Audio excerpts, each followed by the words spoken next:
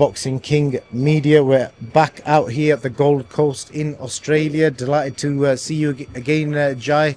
I'm always a bit scared speaking to you like days before a fight because the flick switches and I'm a bit wary of what I say. So, how far gone are you at the minute? No, man, we're deep into it now. I'm ready to fucking punch on these. I just can't wait for Saturday, get it done, and then have a mad feed. Oh, I can't wait to weigh in tomorrow morning, really. Yeah, have some food.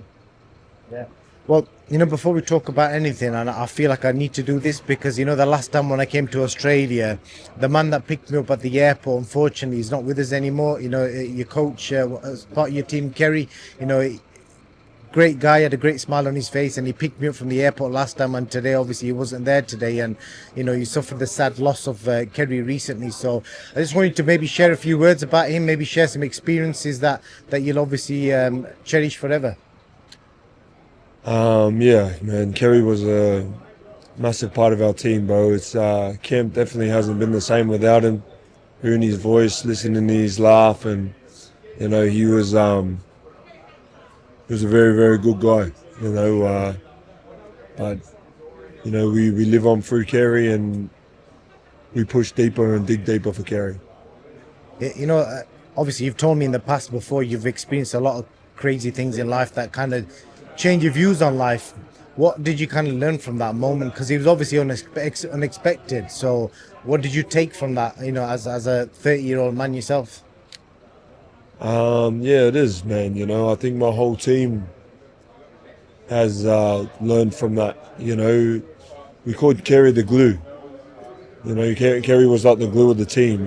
Like there was certain things in our team that, when people would disagree on things or want different things, they would sort of, not see eye to eye. But Kerry always put the ego aside, and he was always there for the right reasons. When he spoke, everyone listened because his intentions were so good. He wanted the best for us. He wanted the best for our family. So I feel like now that he's gone, he still has that impact in my team. People are putting that sort of, no, the little things don't matter so much anymore because of how Kerry sort of taught us to be together and not lose track of why we're here. You know what I mean? And I feel like that's how your legacy lives on. Is when you can change people's lives in like that. The way we handle situations or put our egos aside to be better things for the younger ones and our families and stuff like that. So, he was very, very special, man. The impact and just the knowledge he had. So. That's beautifully put, man. You obviously turned 30 since I last saw you. I think when I came early in the year, you was 29. You turned 30 a few months ago. Has that changed any outlook on you? Because when you hit 30, they say life changes. Um, it definitely doesn't have the same ring to it, eh? 20 when you say 20s and the 30, but yeah, bro, it is what it is. It, we live the same life, bro. Like I'm still at these fucking events. I'm still training every day. So, and I'm still not good enough in my eyes. I'm still can be a better boxer. I can be a better, father, a better brother, a better son, a better friend. So, I still got to improve, and no matter how old you get, you just got to keep, improving.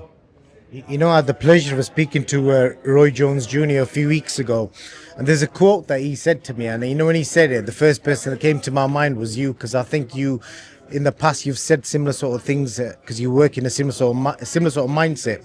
He said, "Money can do a lot of things for you, but legacy can do a lot more for you.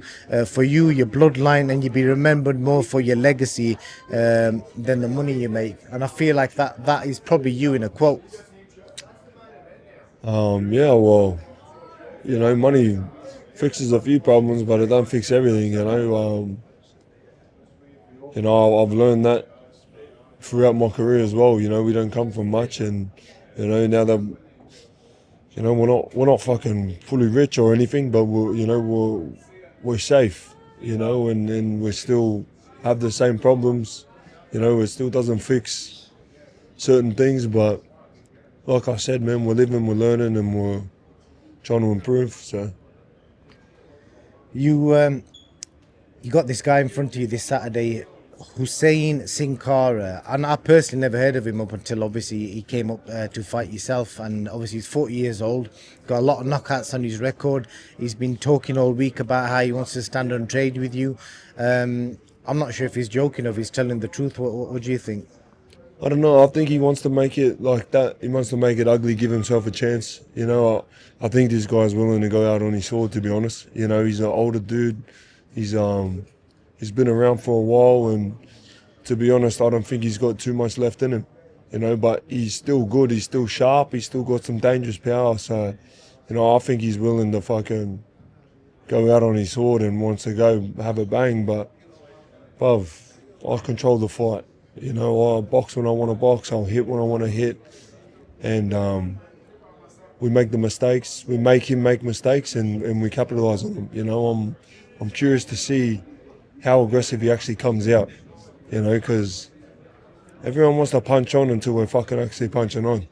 You know, everyone's got a game plan until they get punched in the face. You know, so let's see what he's got. Let me ask you this. You know, when you break somebody's jaw, it changes their outlook on life. When you knock somebody out the way you knocked David Nika out, that may change him as a man. But what I want to ask you is, has it changed your mindset knowing that you've broke one guy's jaw in 3 places in your last fight, and the fight before that you delivered a brutal knockout to David Nika, and I'm not even sure if he's fought since.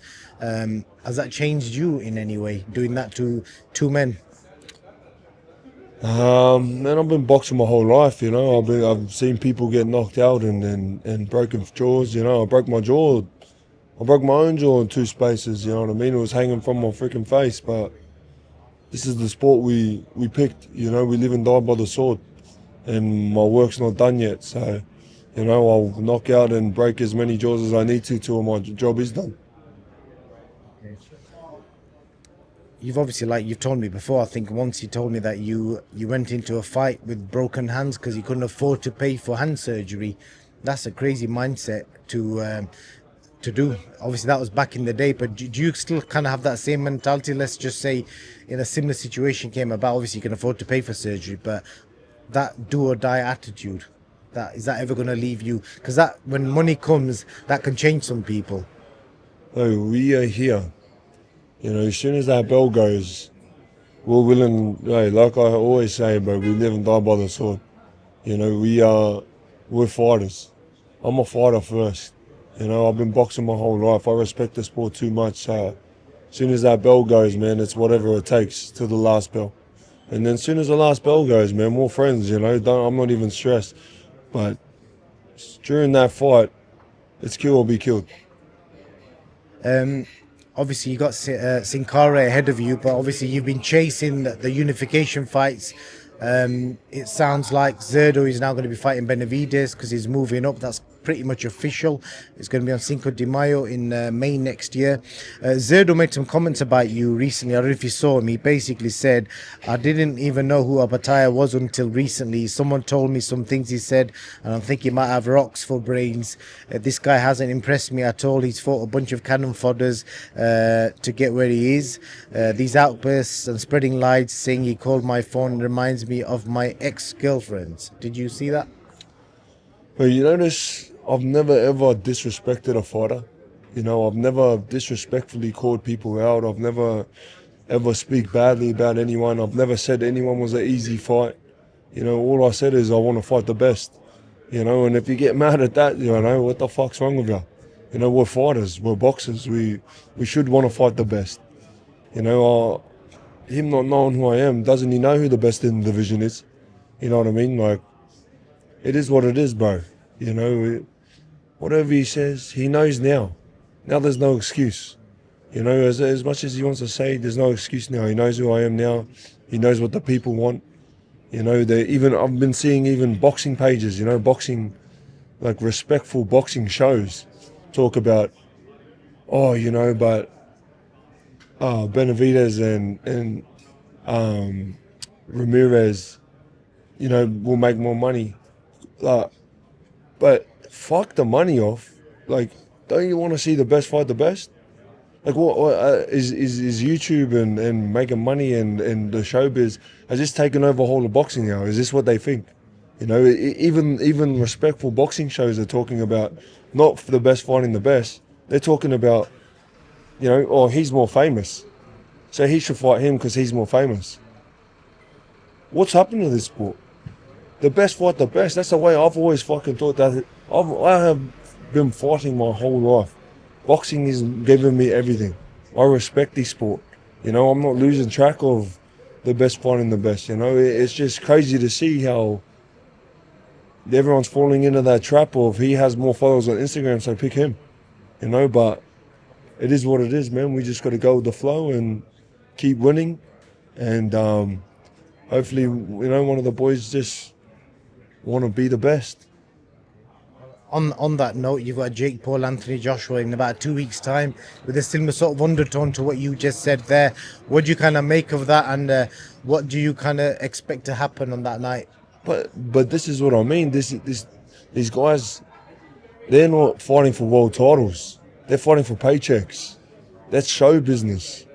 Like, these guys are, the whole show will be like a massive fucking show. You know what I mean? Like, when I think of boxing, I fight who's the best?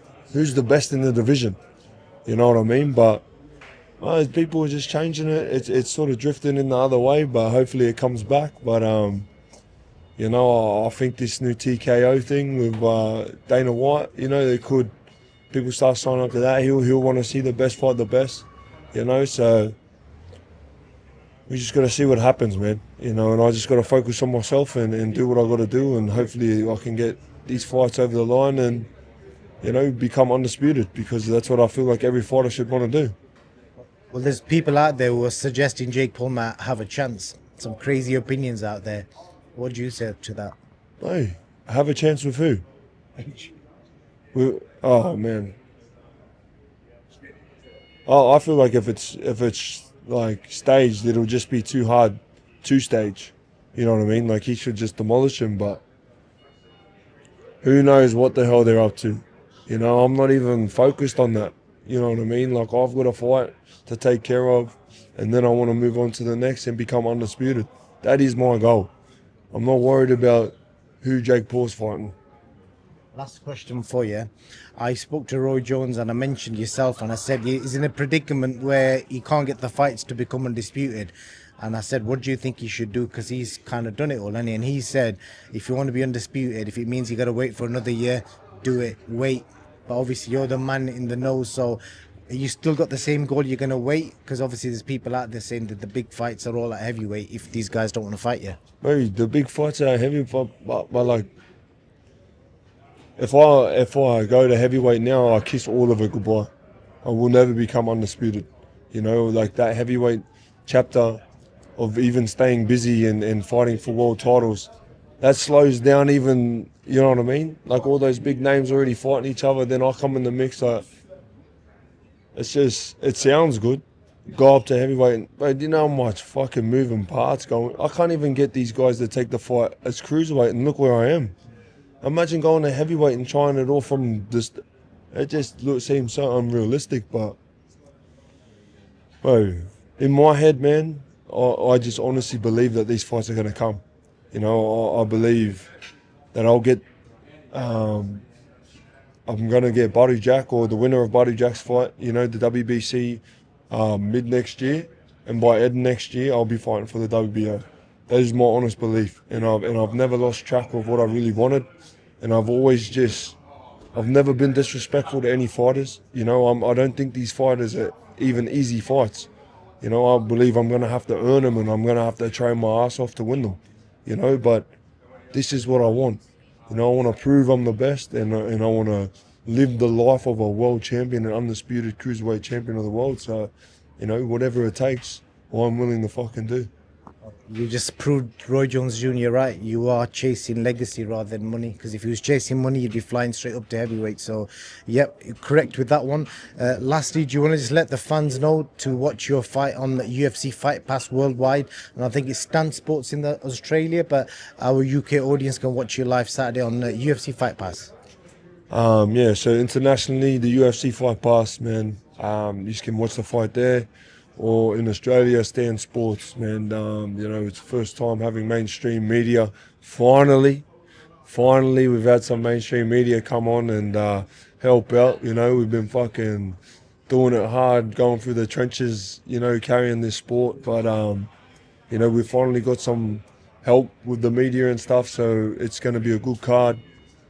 The whole card is stacked, so it's I'm excited, man, and I'm honoured to be, headlining this card. So see you all there.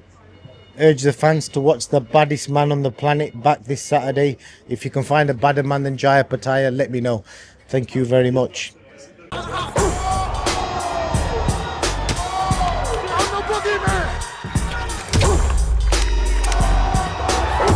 Respect isn't given, it's earned.